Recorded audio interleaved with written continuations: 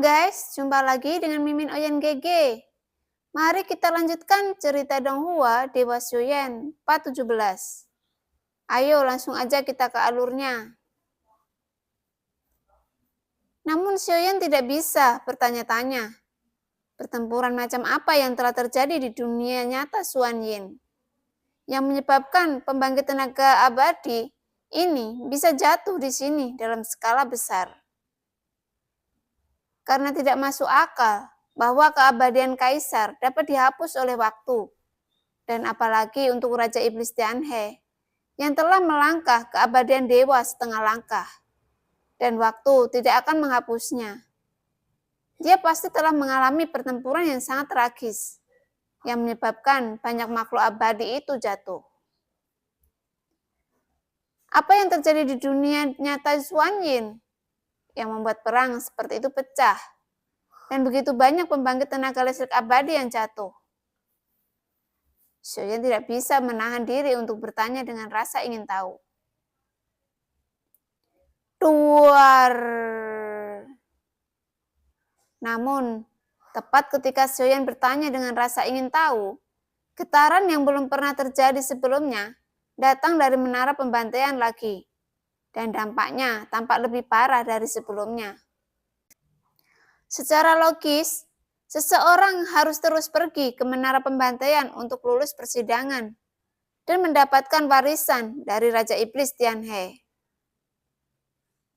Tapi sekarang, menara pembantaian akan segera dihancurkan, dan monster besar yang menabrak menara pembantaian pada saat ini adalah monster kecanduan Dewa Taisu yang dipanggil oleh orang Taisu sebelumnya.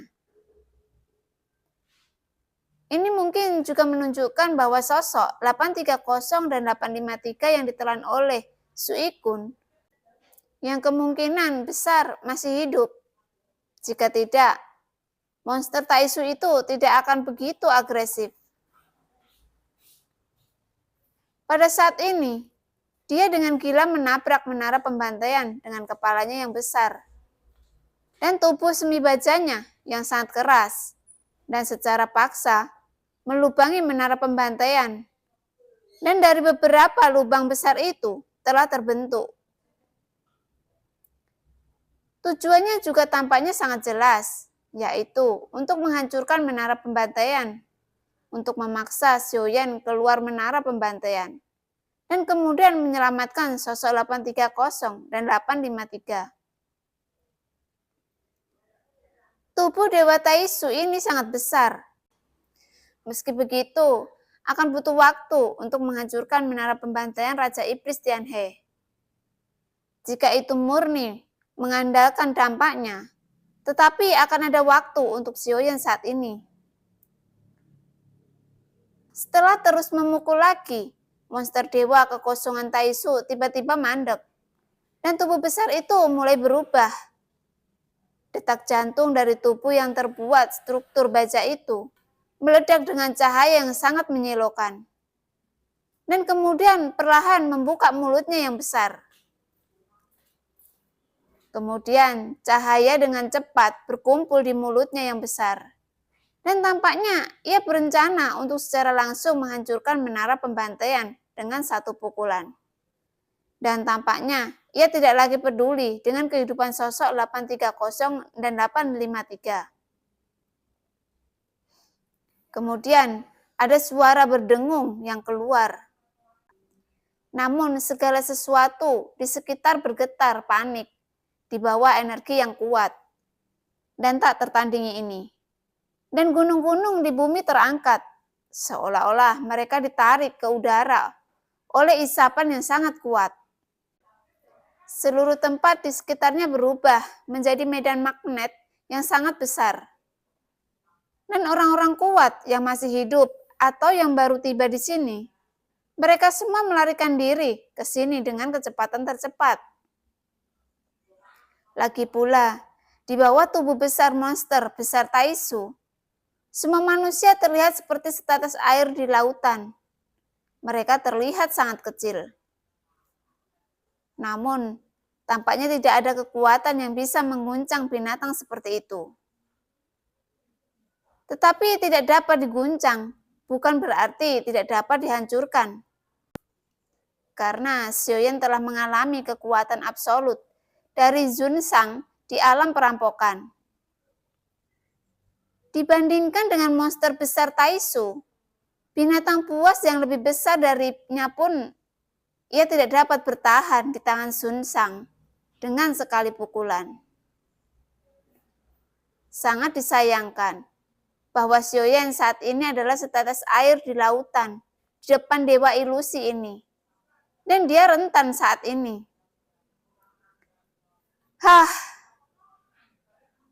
Cahaya di mulut monster besar Taisu mengembun sejenak. Dan kemudian berdenyut di ruang sekitarnya yang membuat bergetar. Melihat bahwa berkas cahaya akan mengenai menara pembantaian. Tetapi pada saat ini, 1000 energi iblis yang mengembun di udara.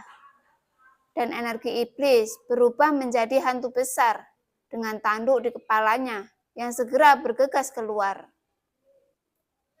Di udara, itu bertabrakan dengan seberkas cahaya yang dikeluarkan oleh ketergantungan Dewa Taisu.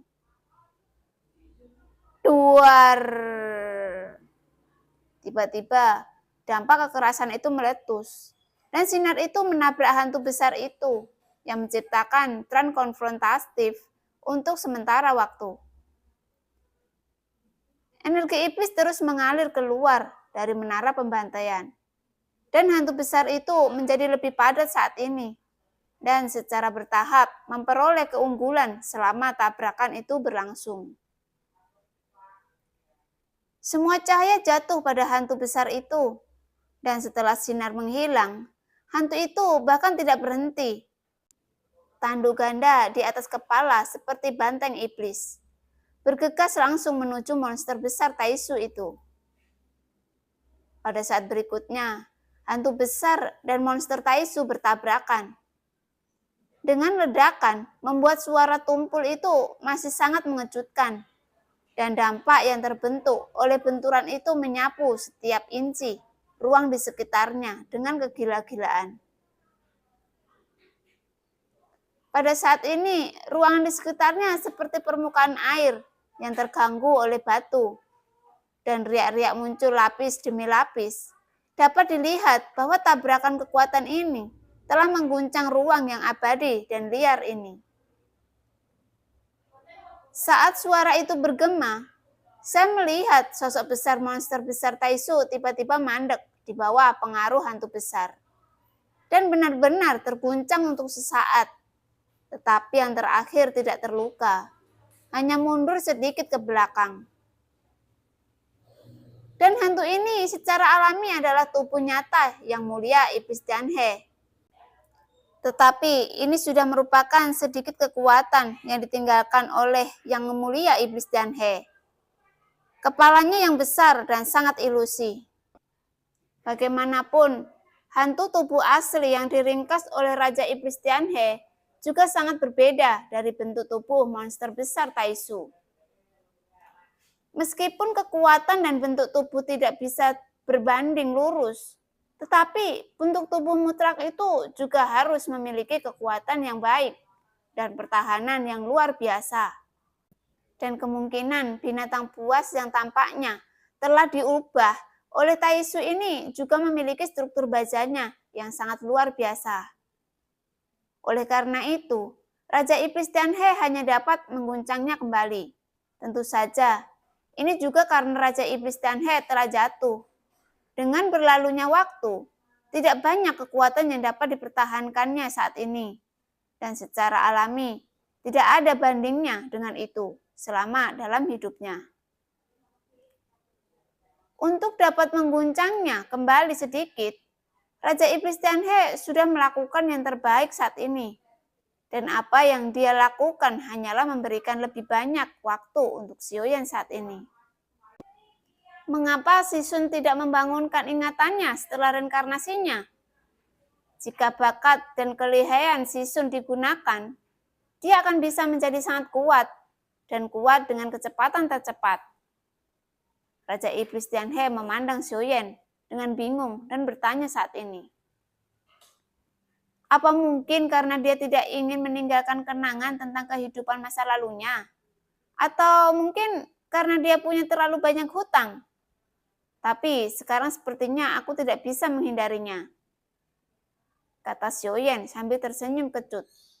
Dia menutup mulutnya, tetapi malah mencibir. Karena permaisuri tahu bahwa Xiaoyan dipaksa olehnya di sepanjang jalan, jadi ngomong-ngomong, Xiaoyan memang bisa dianggap sebagai korban saat ini. Ketika Raja Iblis Tianhe mendengar kata-kata itu, dia juga tersenyum pahit. Karena itu Sisun, warisanku tidak bisa masuk ke mata Dharma Sisun sama sekali. Dan binatang buas di luar ini, dia tidak bisa menghentikannya dengan kekuatan yang tersisa sekarang. Tapi aku masih bisa mengantar Sisun keluar dari sini. Dan Dewa Iblis Tianhe tidak mengajukan pertanyaan lebih lanjut, tetapi menganggap Xiaoyan sebagai tuannya yang terhormat, dan bahkan menganggapnya sebagai atasannya. Senior Tianhe, di kehidupan sebelumnya Anda dan saya memiliki hubungan guru dan murid. Tetapi ini tidak lagi terjadi. Sekarang saya benar-benar membutuhkan warisan para pendahulu. Dan saya berharap para pendahulu akan memberi saya warisan. Perang sebentar lagi akan datang dan aku membutuhkan kekuatan yang lebih kuat. Xiaoyan segera berkata. Dan dia mengepalkan tinjunya, kemudian menangkupkan tangannya. Menyaksikan Raja Iblis Tianhe dengan hormat, membuka mulutnya. Raja Iblis Tianhe menatap Xiaoyan dengan ekspresi sedikit kental di wajahnya. Mengetahui bahwa tuannya pernah menjadi orang kuat yang perkasa, bagaimana dia bisa jatuh ke titik ini sekarang? Warisannya seharusnya tidak layak disebutkan di depan kehormatan Anda. Tuan, warisan saya benar-benar untuk Anda. Tianhe senior. Namun Xiaoyan memotongnya dan berkata dengan keras, hubungan dalam kehidupan saya sebelumnya telah berakhir, dan sekarang saya tidak lagi dihormati atau menjadi tuanmu, tetapi saya hanya seorang junior yang ingin menjadi lebih kuat sekarang.